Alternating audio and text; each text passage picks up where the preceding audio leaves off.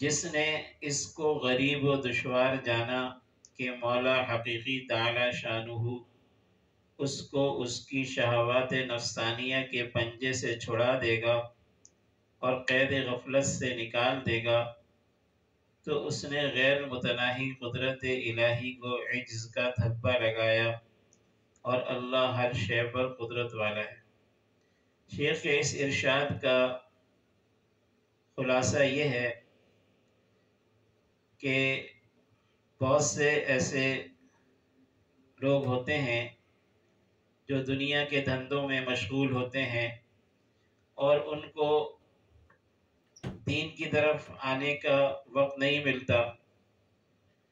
اور وہ دنیا کے دھندوں میں ایسے پھنس جاتے ہیں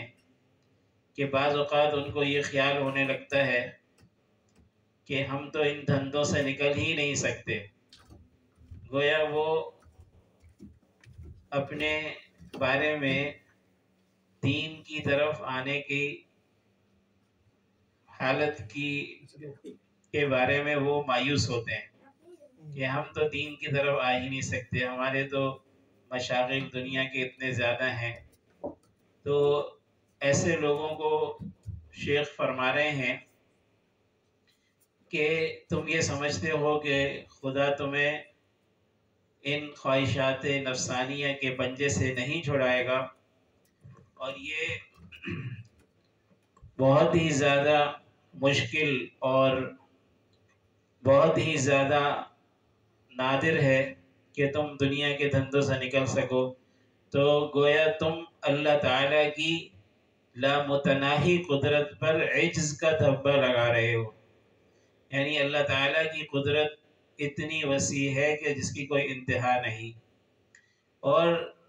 اللہ تعالیٰ نے خود قرآن کریم میں فرمایا ہے ان اللہ علی کل شیء قدیر، اللہ تعالیٰ ہر چیز پر قادر ہے۔ اب ہر چیز کے مفہوم میں اگر غور کیا جائے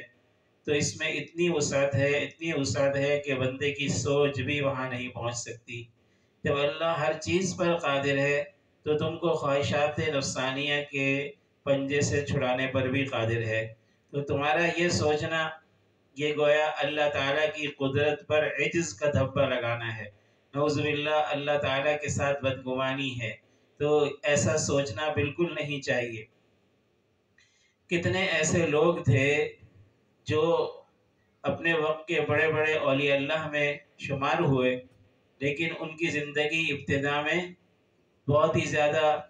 گناہوں اور غفلتوں والی زندگی تھی، جیسے کہ واقعات کتابوں میں موجود ہیں، حضرت مالک ابن دینار کا واقعہ، حضرت خواجہ فضیل ابن عیاض رحمہ اللہ کا واقعہ، اور دیگر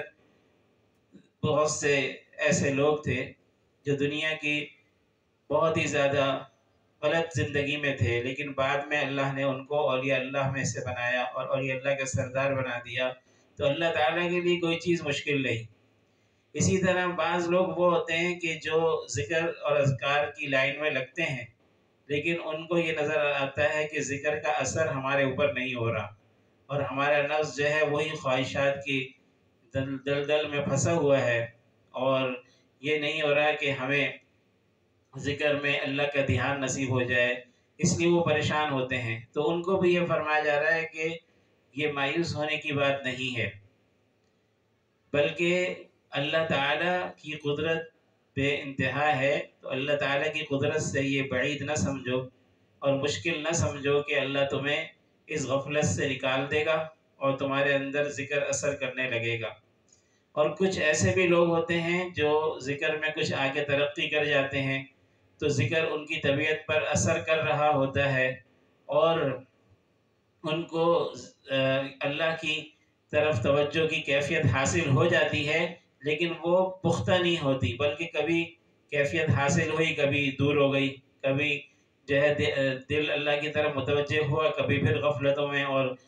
نفسانی خواہشوں میں پڑ گیا۔ تو ایسے لوگوں کو بھی سمجھایا جا رہا ہے، ایسے لوگ بھی بعض اوقات مایوس ہو جاتے ہیں کہ ہم سے استقامت ہونا مشکل ہے، ذکر کی کیفیت پر استقامت ہمیں نصیب نہیں ہو رہی، تو ان کو بھی پریشان ہونے کی کوئی ضرورت نہیں ہے اور مایوس ہونے کی کوئی ضرورت نہیں ہے، بلکہ ان کو اللہ تعالیٰ کی وسیع قدرت پر نگاہ رکھنی چاہیے۔ اللہ تعالیٰ ہر چیز پر قدرت رکھنے والے ہیں۔ فرماتے ہیں فائدہ، جو لوگ دنیا کے دھندوں اور مشاغل میں مبتلا ہوں اور مولا تعالی شانوں کی یاد سے غافل ہیں، ان کو کبھی کبھی اللہ والوں کو دیکھ کر حرص اور شوق ہوتا ہے کہ ہم بھی اللہ تعالیٰ کی یاد میں لگیں اور دنیا کے بکھیڑے اپنے اوپر سے دور کریں، لیکن ان کا نفس فوراً ان کی راہ مار دیتا ہے، اور نفس کہتا ہے کہ بھلا ہم سے یہ دھندے کیسے چھوٹ سکتے ہیں، اور ہماری کہاں قسمت ہے کہ ہم ایسے ہو جائیں، ہم تو بری طرح ان دنیاوی دھندوں میں پھنسے ہوئے ہیں۔ یا بعض لوگ جو ذاکر شاغل ہوتے ہیں تو ذکر اور شغل کے باوجود اور مجاہدہ اور محنت اور کوشش کے باوجود اپنے نفسانی خواہشات کو ویسے ہی دیکھتے ہیں جیسے پہلے تھی، تو ان کو وسوسہ ہوتا ہے کہ بس جی ہماری یہ خواہشات مغلوب نہیں ہو سکتی، ہمارے نفس کا درست ہونا اور صحیح ہونا تو بہت ہی مشکل ہے۔ یا تیسری قسم کے وہ لوگ ہیں جن کے دلوں میں ذکر اللہ نے اثر تو کیا ہے، لیکن وہ اثر پکا نہیں ہے، کبھی غفلت ہو جاتی ہے، کبھی ذکر کی کیفیت ہوتی ہے، اور سالہ سال ہو گئے استقامت نصیب نہیں ہوتی۔ بہت سے لوگوں کو یہ وسوسہ ہوتا ہے کہ سالہ سال ہو گئے ہماری تو حالت درست ہی نہیں ہوئی، ہم اتنے عرصے شیخ کی خدمت میں رہے اور فرق نہیں آیا، تو یہ شیطانی دھوکہ ہے۔ ایک بزرگ تھے، بڑے کاتب تھے ہندوستان میں، بہت مشہور صوفی پنجکش، منشی پنجکش ان کا نام تھا۔ تو ان کا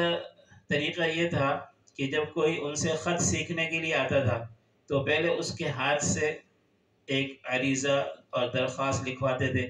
کہ میں جو ہے یہ خط سیکھنا چاہتا ہوں، اور وہ درخواست اس کے ہاتھ سے لکھوا کر اپنی ڈیسک میں رکھ لیتے تھے۔ پھر جب اس کو خط سکھانا شروع کرتے تھے تو 1 سال کے بعد وہ کہتا تھا کہ اتنا عرصہ ہو گیا میرا خط تو صحیح نہیں ہوا، تو وہ اس وقت کی لکھی ہوئی کاپی اور اس کا وہ پرانا درخواست نکال کے دونوں کو سامنے رکھتے اور کہتے اب ملا کر دیکھو۔ جب وہ ملا کر دیکھتا تو واقعی بڑا فرق ہوتا۔ تو اسی طرح اولیاء اللہ کے پاس رہنے سے اثرات ضرور ہوتے ہیں، لیکن آدمی کو محسوس نہیں ہوتا۔ رفتہ رفتہ آدمی کو اللہ تعالی نصیب فرماتے رہتے ہیں۔ تو فرما رہے ہیں کہ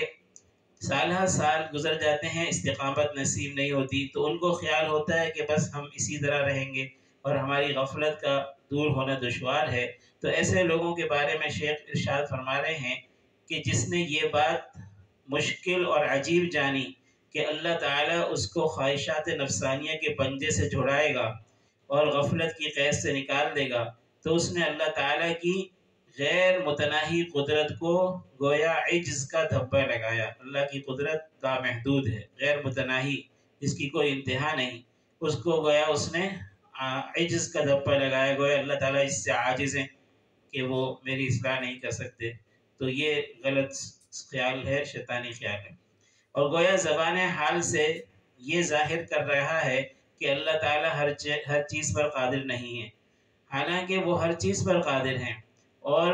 جب ہر چیز پر قادر ہیں تو اس پر بھی قادر ہیں کہ تم کو خواہشات نفسانیہ اور غفلت کے پنجے سے رہائی دیں اور اپنی یاد کی چاشنی نصیب فرما دیں اور اپنا بنا لیں۔ پھر مایوسی کی کیا وجہ ہے؟ دیکھو بہت سے اولیاء اللہ ابتدائی حالت میں کیسے کیسے معاصی میں مبتلا رہے ہیں، پھر حق تعالی شانوں کا فضل و کرم ہوا اور ان کو ایسے مراتب نصیب فرمائے کہ وہ مقتدا اور صاحب سلسلہ ہو گئے۔ تو مایوسی کی کوئی وجہ نہیں۔ تو کسی بھی شخص کو کسی بھی حالت میں کسی بھی طور پر مایوسی اپنے قریب نہیں آنے دینا چاہیے۔ اللہ کے دربار کی تو یہ کیفیت ہے، جیسے کہ ایک بزرگ نے کہا کہ باز آ ہر آنچ ہستی باز آ، گر کافر و گبر و بت پرستی باز آ، این درگہ ما درگہ نومیدی نیست، صد بار اگر توبہ شکستی باز آ۔ فرماتے ہیں کہ واپس آ جا، واپس آ جا، ہر آنچ ہستی باز آ، جو کچھ بھی تھا واپس آ جا، گر کافر و گبر و بت پرستی باز آ، کافر تھا، ڈاکو تھا، بت پرست تھا، پھر بھی واپس آ جا۔ یہ درگاہ ماں درگاہ نومیدی نیست، یہ ہمارا دربار نومیدی کا دربار نہیں ہے۔ 100 بار اگر توبہ شکستی باز آ، 100 بار بھی اگر توبہ تم نے توڑ دی تب بھی واپس آ جاؤ۔ تو اللہ تعالیٰ کی رحمت لامتناہی ہے، لامتناہی کی جس کی کوئی انتہا نہیں، تو انسان کو ہمیشہ اللہ کی رحمت پر نگاہ رکھنی چاہیے۔ اس کے بعد جو شیخ کا ارشاد ہے اس کا خلاصہ پہلے سن لیں۔ اس سے پہلے ایک بات یہ بیان کی گئی تھی کہ یہ جو خواہشات نفسانیہ ہیں ان کی محبت بعض اوقات دل میں جڑ پکڑ لیتی ہے اور پھر اس کے علاج کی ضرورت ہے، لیکن جب وہ محبت دل کی گہرائیوں میں چلی جائے تو پھر اس کا علاج بڑا مشکل ہو جاتا ہے، بہت سخت ہو جاتا ہے۔ خواہش کی محبت جب دل کی گہرائی میں چلی جائے اور پھر صرف اللہ کا فضل ہی اگر ہو تو اس کو رہائی مل سکتی ہے، اور اللہ کا فضل حاصل کرنے کے لیے اللہ سے مانگنے کی ضرورت ہے۔ تو بہرحال یہاں پر 2 چیزیں ایسی بیان فرما رہے ہیں جو خواہشات کی محبت کا علاج ہیں۔ 2 چیزیں خواہشات کی محبت کا علاج ہیں۔ ان 2 چیزوں میں سے کسی بھی ایک چیز کا غلبہ ہو جائے آدمی کے اوپر تو خواہش کی محبت اس کے اندر سے نکل سکتی ہے۔ پہلی چیز جو آدمی کے اوپر غالب ہو جائے تو اس کے دل سے خواہشات کی محبت نکل سکتی ہے، وہ یہ ہے کہ اللہ تعالیٰ کا خوف اس کے دل میں پیدا ہو جائے، اور خوف بھی عام خوف نہیں بلکہ ایسا خوف جو روکنے والا ہو، یعنی گناہوں سے روکنے والا۔ اور وہ خوف جو عوام ہیں یعنی عام نیک لوگ ہیں ان کے دلوں میں تو آخرت کے عذاب اور دوزخ وغیرہ کے حالات کا قرآن اور حدیث میں مطالعہ کرنے سے پیدا ہوتا ہے، لیکن جو اولیاء اللہ ہوتے ہیں، خاص لوگ ہوتے ہیں، یا ان کو اللہ تعالیٰ نے خاص علم عطا فرمایا ہوتا ہے، تو ان کے دلوں میں بھی خوف کی ضرورت ہوتی ہے۔ تو وہ خوف ان کو اللہ تعالیٰ کی صفات کے مشاہدے سے ہوتا ہے، یعنی اللہ تعالیٰ کی صفات میں صفات جلالیہ بھی ہیں، جو اپنے بندوں میں سے جو مجرم ہیں ان سے اللہ تعالیٰ انتقام بھی لیتے ہیں، تو ان صفات کا مشاہدہ کر کے وہ اپنے دل میں خوف پیدا کرتے ہیں۔ اور دوسرے لوگ جو عام نیک لوگ ہیں وہ آخرت کے عذابات کو سوچ کر اپنے دل میں خوف پیدا کرتے ہیں۔ تو خوف اگر ایسا پیدا ہو جائے کہ دل پر غالب آ جائے اور روکنے والا خوف ہو تو وہ خواہشات کی محبت کو نکال سکتا ہے۔ دوسری چیز جو خواہشات کی محبت کو نکال سکتی ہے وہ شوق ہے، اور شوق ایسا جو بے قرار کرنے والا ہو، عام شوق نہیں بلکہ بے قرار کرنے والا شوق جو دل پر غالب آ جائے۔ پھر یہ بے قرار کرنے والا شوق بھی بعض اوقات جو عام نیک لوگ ہیں ان کو جنت کی نعمتوں اور آخرت کے انعامات کو یاد کر کے اور اللہ تعالیٰ کے وعدوں کو یاد کر کے پیدا ہوتا ہے، اور جو خاص لوگ ہیں ان کو اللہ تعالیٰ کی صفات جمال کا مشاہدہ کر کے پیدا ہوتا ہے کہ اللہ تعالیٰ کا صفت جمال جو ہے، جو اللہ تعالیٰ کریم ہے، رحیم ہے، اور اللہ کے انعامات فرمانے والے ہیں، اور بہت ساری صفات جمال ہیں، تو ان کا مشاہدہ کر کے پیدا ہوتا ہے۔ تو یہی 2 چیزیں ہیں کہ جن کے ذریعے سے آدمی کے دل میں خواہشات کی محبت جو جڑ پکڑ جاتی ہے وہ نکل سکتی ہے، گویا یہ علاج ہے۔ فرماتے ہیں کہ خواہشات نفسانیہ کو دل میں سے سوائے روکنے والے خوف کے جو اللہ تعالیٰ کی صفات جلال کے مشاہدے سے پیدا ہو، یا قیامت کے ہولناک واقعات سے پیدا ہو، یا بے قرار کرنے والے شوق کے جو اللہ تبارک و تعالیٰ کی صفات جمال کے مشاہدے سے پیدا ہو، یا جنت کی عمدہ عمدہ نعمتوں کے تصور سے پیدا ہو، ان 2 چیزوں کے علاوہ خواہشات نفسانیہ کو دل میں سے کوئی چیز نہیں نکال سکتی فائدہ۔ پہلے یہ بات گزر گئی کہ خواہشات نفسانیہ جب دل میں جم جاتی ہیں تو یہ مرض بہت سخت ہے۔ اب اس کا علاج بیان فرما رہے ہیں۔ اس کا علاج دو چیزیں ہیں، ایک خوف اور دوسرا شوق۔ خوف یا تو قیامت کے ہولناک واقعات سے ہوتا ہے، یہ قسم خوف کی عام لوگوں کے لیے ہے، یا اللہ تبارک و تعالیٰ کی صفات جلال جیسے اس کا قہار ہونا، اس کا جبار ہونا، اس کا منتقم ہونا پیش نظر ہو، اور یہ قسم خوف کی خاص لوگوں کی کو ہوتی ہے۔ اور اس خوف کے حاصل کرنے کا طریقہ یہ ہے کہ قیامت اور آخرت اور جہنم کے ہولناک واقعات اور گناہوں کی سزاؤں کو سوچے اور غور کرے۔ کچھ دنوں میں دل میں خوف پیدا ہوگا اور آہستہ آہستہ دل میں پکا ہو جائے گا، اور خواہشات کا غلبہ جو ہے اس کو ختم کر دے گا۔ اور شوق کس طرح پیدا ہوگا؟ تو فرماتے ہیں اور شوق یا جنت کی لذیذ نعمتوں کو سامنے رکھنے سے ہوگا۔ یہ نیک لوگوں کا شوق ہے، جو عام لوگ ہیں جن کے لیے ابرار کا لفظ آتا ہے قرآن کریم میں، تو ان کی جنت کی نعمتوں کو تصور سے اور ان کو یاد کرنے سے ان کو شوق پیدا ہوگا۔ اور یا حق تعالیٰ کی صفات جمال جیسے اس کا رحمان ہونا، رحیم ہونا، ودود ہونا، یہ چیزیں دل میں تصور کرے۔ اور یہ شوق کی قسم خاص لوگوں کا حصہ ہے، لیکن یہ بھی یاد رکھنا چاہیے کہ معمولی خوف اور معمولی شوق دل سے خواہشات کی جڑ کو نہیں اکھاڑ سکتا، اس لیے کہ جو چیز اچھی طرح جم گئی ہو اس کو دور کرنے کے لیے بہت زیادہ مضبوط سبب کی ضرورت ہے۔ اس لیے خوف اور شوق کا حال جب بہت قوی ہوگا، جب دل کو تمام چیزوں سے ہٹائے گا اور اپنی طرف لگائے گا، اور اس وقت دل سے خواہشات نکلیں گی، اور یہ بات بالکل ظاہر ہے۔ اسی لیے شیخ نے فرمایا ہے کہ خوف ایسا ہو جو روکنے والا ہو، اور شوق ایسا ہو جو بے قرار کرنے والا ہو۔ اس کے بعد اس باب کا ایک آخری ارشاد بیان فرما رہے ہیں۔